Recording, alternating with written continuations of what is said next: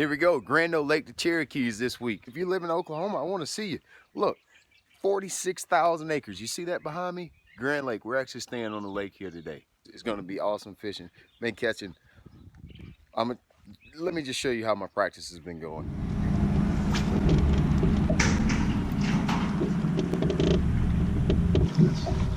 Got a small mouth.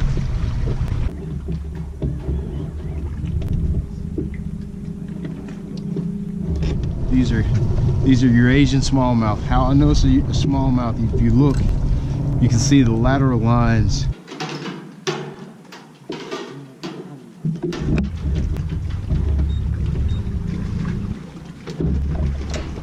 You can tell it's a smallmouth by the size of the mouth.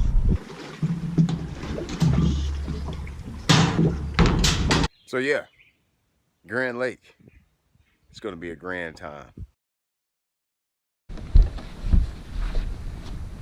So welcome to Grand Lake. As you'll notice, it is completely foggy, so I don't know what we're going to do for the next. It's actually the sun's starting to pop out a little bit, so maybe it's about to clear up just a touch. But it's almost 9 o'clock, and I fished a little bit, but I haven't been able to move around at all. But we got to, as Scott says, we got to go this week. We got to go today. We got to find fish today because I have nothing at all. When I say nothing, I caught 3 fish yesterday, okay? I caught 2 fish the first day. That's a problem because that does not equal 10. In 2 days, I should have at least caught 10 fish because we know during the course of the week, if you catch 5 in practice, that means you're probably gonna catch at least 20% to 80% less fish during the tournament. So I've got to go to work today. I've got to find some fish. I don't know what the deal is, but these fish on Grand Lake are not biting right now.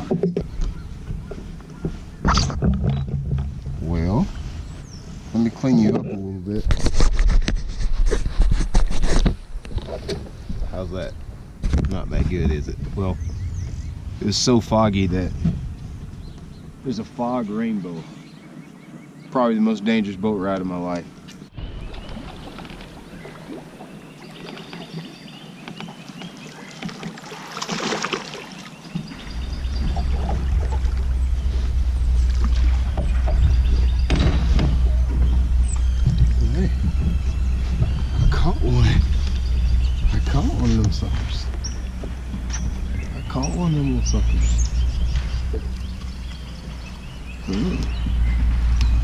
I'm not exactly sure if that's a keeper or not, but it would be close to a keeper if it's not. I think that fish will go 14 inches. All right.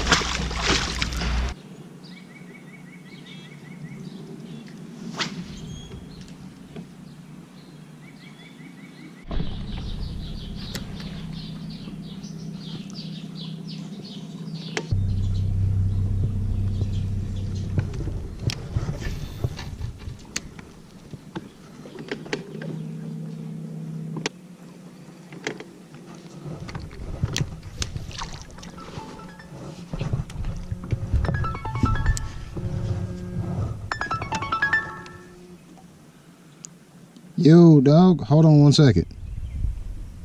What's going on, boss? No. Yeah, I had a couple bites. I have 1 keeper. Then I had 1 pull off on a crankbait and 3 non-keeps. But same scenario has been. Like, I mean, like, I don't have anything new. What about you? Yeah. I'm down. I spent most of my day in Duck Creek, and now I'm just on Main Lake pockets going back down the lake, and that's where I got those 3 non-keeper bites coming this place where I'm fishing now. Well, two of the non-keep bites. I just switched to a number 5 shad wrap. So, but I don't know, man. All morning in Duck Creek. I fished all the way to the back. Like, I'm not really in a big hurry to change areas or anything. I'm just trying to sit still and listen. You know, like, I don't think I'm gonna go anywhere and then that's gonna be the magical section of the lake. I'm really just trying to just be still and listen to what they're trying to tell me.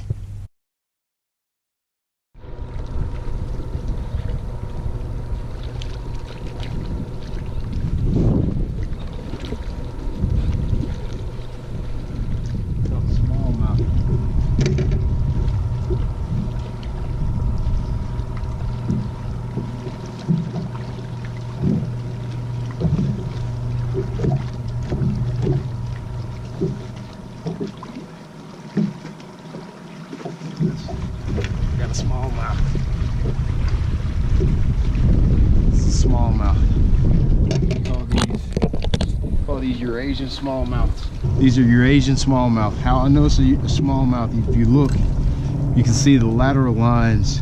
The lateral lines are, well, they actually don't have lateral lines. You can tell it's a smallmouth by the size of the mouth. And it has a small patch on the tongue here that I'll show you. It's a small patch that serves as a lateral line. So that's why you call these Eurasian. That felt good because I ain't caught nothing in so long.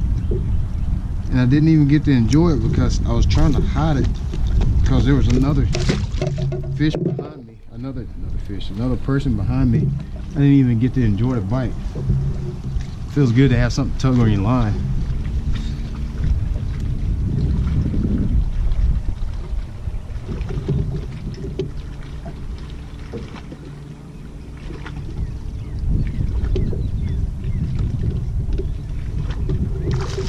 A largemouth bass. What about that? I am on it, son. Look at that. A non-keeper. Check that out. Now things are getting complicated. If I catch one bass in this area, I lied to y'all and tell you that I was going down lake. If I catch one in this area that keeps, I'm not leaving. I'm gonna stay down here the rest of the day and just figure out as many places I can to catch one.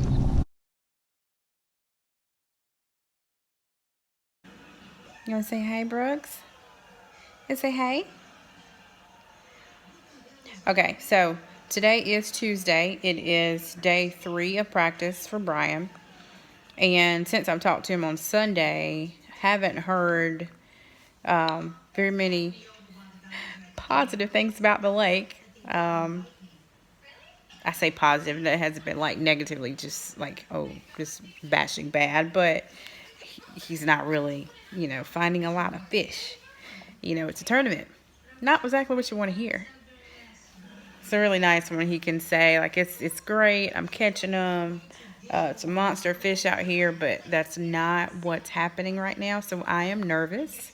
And these are not the kind of tournaments that you get excited for, so it makes you very nervous come day 1 of the tournament because you just don't know what's going to happen.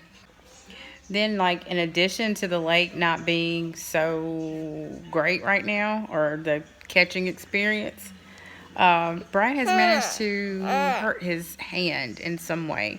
So one of his fingers is hurting really, really, really, really bad, and it's the dominant hand.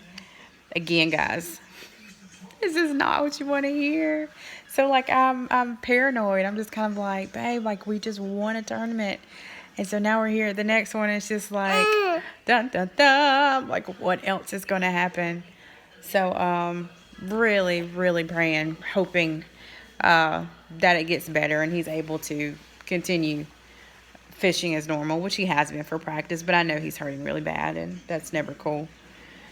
So hoping day 1, God can take that pain away so he can get through that tournament and let's try to catch some. That was 2 bites back to back. I mean, I know one was a drum, but I always say a drum are eating. If they're eating shad, that means there's shad in the creek. Because they're hitting this crankbait, so that means they eat shad, right? I thinking right on that? I'll show you what I'm throwing. I went old school on them. Throwing a little number 5 shad wrap, chrome and blue, orange belly. Just looking for something a little different to give these suckers. I know they're setting right where we think they are. They're setting right there. Like not biting is what they're doing. Every time I turn the camera off, I catch one. Another one. Well, just not the right size, but it is nonetheless a bass.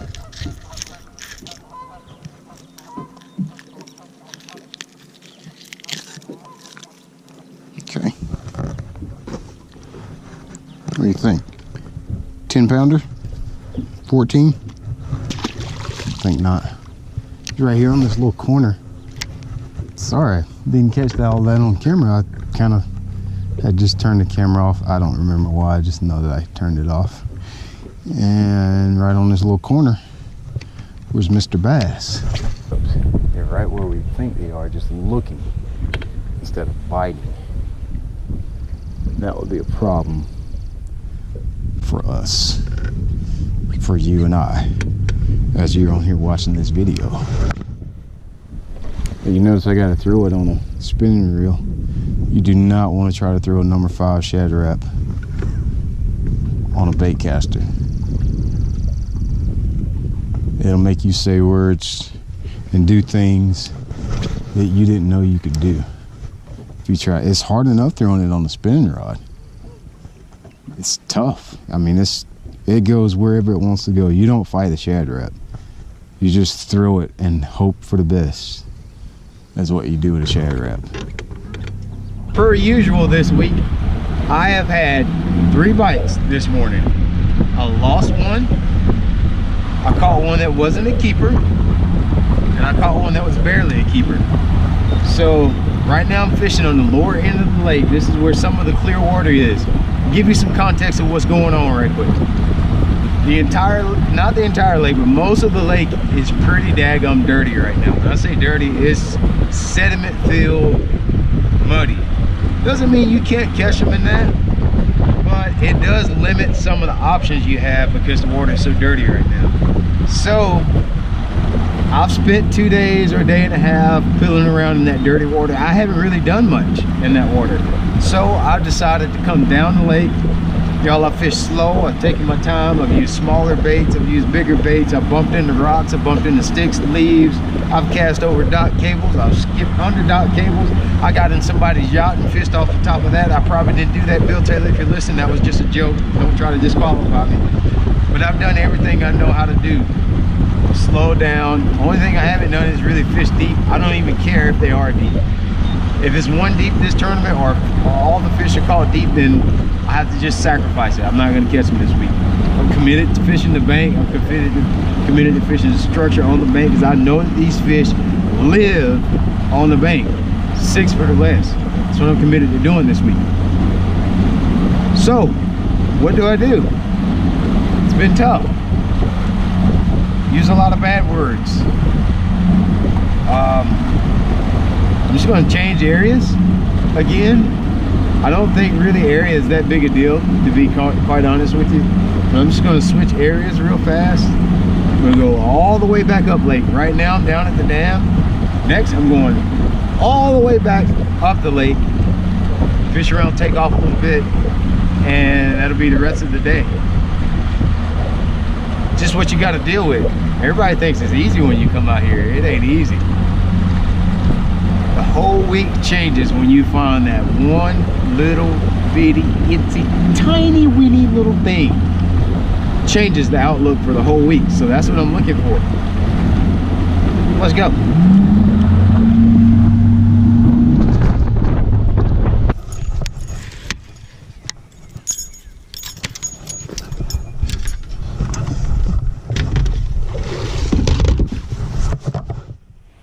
Let's go. We gotta go. I'm not catching anything.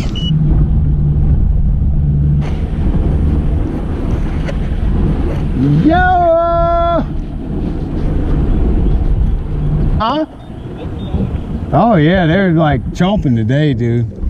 Dude, I've had like 4 bites. Me too. It's like that. Yeah, it's pretty bad. Yeah, I caught 2 shorts up there. That's all I've had today. That's all I've had. It's so foggy this morning. Pulled into a pocket, damn chocolate milk, nasty look. There couldn't go anywhere. Yeah. Pulled in there and did like, threw one piece of wood, caught a keeper, threw the next piece of wood, caught a 4-pounder. Dude, I fished 400 more damn places that looked like it, and I had no bites. Yeah. I don't know what to tell you, man.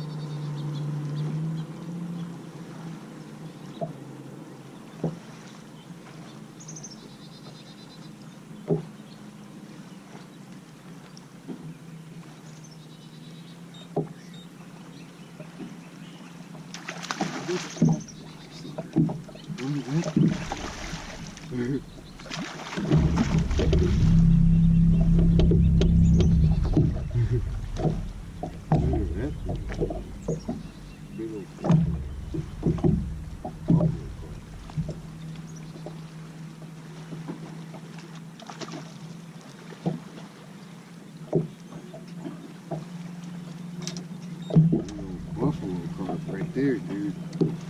Thing's huge. Ain't got him yet.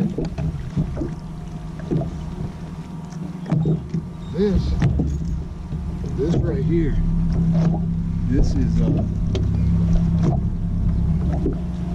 this right here. Oh, oh God, he stinks. Oh Jesus. This thing stinks. This is what we call a, this is called a, hold on, let me see what, this is called an Oklahoman, this is called a, look at that thing. I don't know what it's called, buffalo carp is what I think it's called. He stank though. Oh my God, he stank. At least it felt good when he bit though. I ain't been catching jack squat. Big old buffalo carp. Ugh. Oh, ugh. He was slimy. Ugh, gross. Okay, so do you see what I'm talking about here? When I say it's Grand is being some kind of, the way is Grand setting up this week is for you to not catch fish. Does that make sense now? You see what it's setting up to be. This is crazy. I feel like we just wasted March by coming here. March is the best month to pre-spawn fish in the entire South. If you want to catch fish doing the fun stuff, cranking, throwing a spinnerbait, throwing a jerkbait, doing all that fun, real cool stuff, throwing a chatterbait. The world of bass fishing is built off of the month of March. Half of the things in your tackle, there's literally everything in your tackle box with the exception of top waters, and depending on where you're talking about top waters, still might work. Everything works in March. I don't care where you go, March is the month.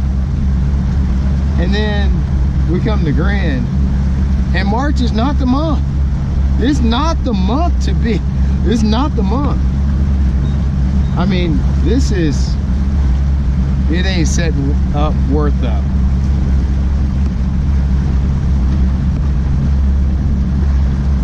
I really don't know what to say. Like,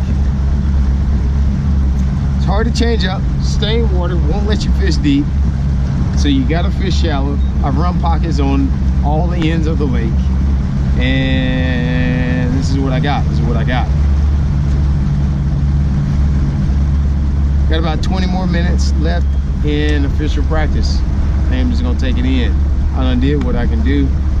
Tie on 3 or 4 baits tomorrow when it's time to go, and just let that be whatever, you know, just that's is what it is. Tie on those 3 or 4 baits. And I've caught a few fish on that I know that I can fish in these conditions, and go hang out with the fellas. So let's go, let's go, let's go.